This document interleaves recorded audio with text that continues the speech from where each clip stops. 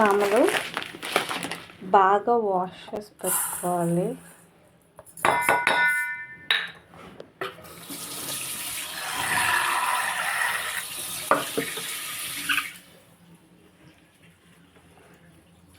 ఎందుకంటే బాగా 2-3 times wash చేసుకున్న తర్వాత పెట్టుకుందాం. వాష్ చేసి పెట్టుకున్నాం కదా, ఇప్పుడు దీంట్లో 3 గ్లాసెస్ ఆఫ్ మనం దేంతో తీసుకున్నామో దాంతో 3 గ్లాసెస్ వాటర్ వేసుకుందాం.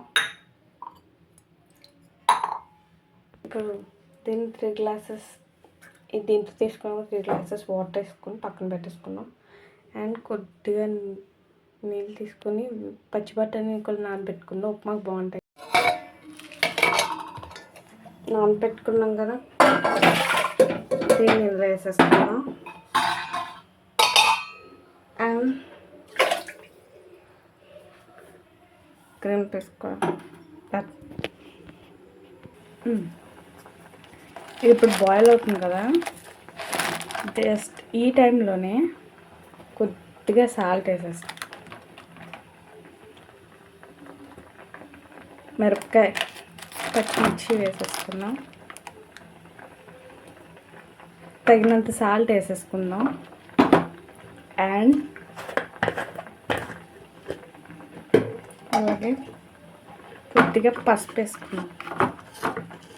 టర్మరిక్,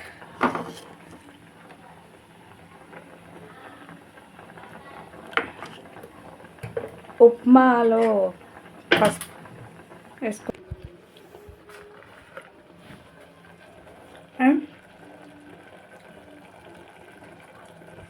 కొన్ని క్యారెట్స్ వేసేసుకుందాం.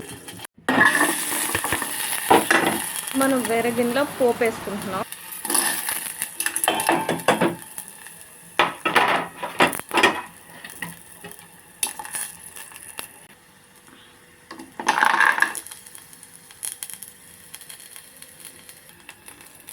కొద్దిగా కరివేపాకు,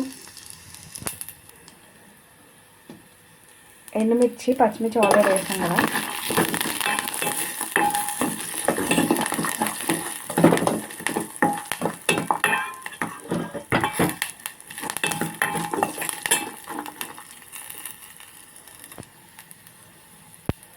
దీంతో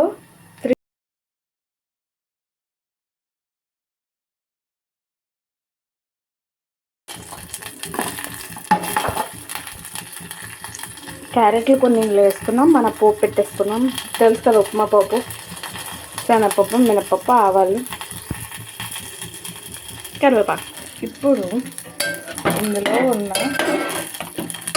ఇదంతా తీసుకొని ఇందులో అయితే ఇప్పుడు మన ఉప్మా అనేది ready. Thank you for watching this video.